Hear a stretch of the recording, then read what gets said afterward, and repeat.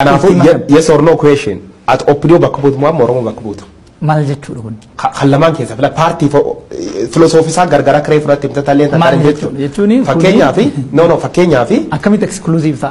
Yet Refama Cadete, parties and a party, one case and copy for Tanumata Gurguta. Bakabu my 2 months is in a David. Bakabu Majuna Mumatiflata Bakufi Buvat. Is an moment is an influence.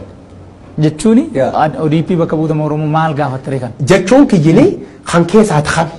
Maljetu. Gize do a follow-up question di wan kabu fa Kenya patini yo di mi wani di moromo la ta gize react go to kan comment go to again be maljetu je chunki yin fa Kenya gize oromo khis la foromo khisate nami duye wa mi amani watani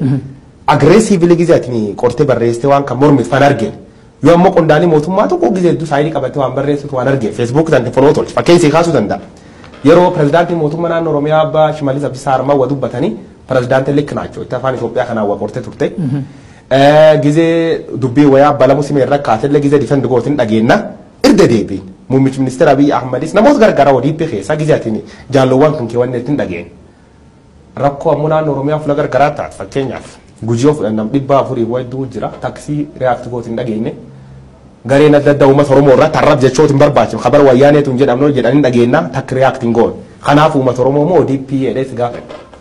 amma bakasanit aya addam basani dubbi lalun achi keessa beek wajjir akan dabajjir akasi laalani oromo mo eenyun jedhan akan ODP onne dan kun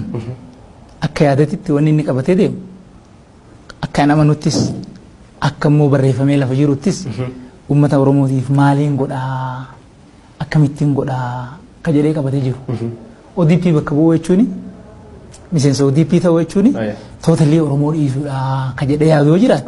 kun cubbuu jechuudha daba gaafa dhumaati oromoon nu filatettanii yaaddu akkamitti ilaaltu abdii qabdu guutuu jechuuni filannoo 2020 injifannettanii full confident taatu maal jechuudha gaafiin akkana bee ofiifu nu filatettanii yaaddu jechuun maal jechuudha nu filatu inni akkamitti itti deemu nu filatu inni ka yaannu sagantaa maa bafan eega nu filatu inni ka yaannu maaliif yaani qophii filannoo goonu jechuun sumbar jalqabu marra akka yaadamni isa dogoggora yaadamni akkana nu filata himmoonna nu qofa miti bar namummaa waddaa na filata jedhet dorgom nu qofa don ta'in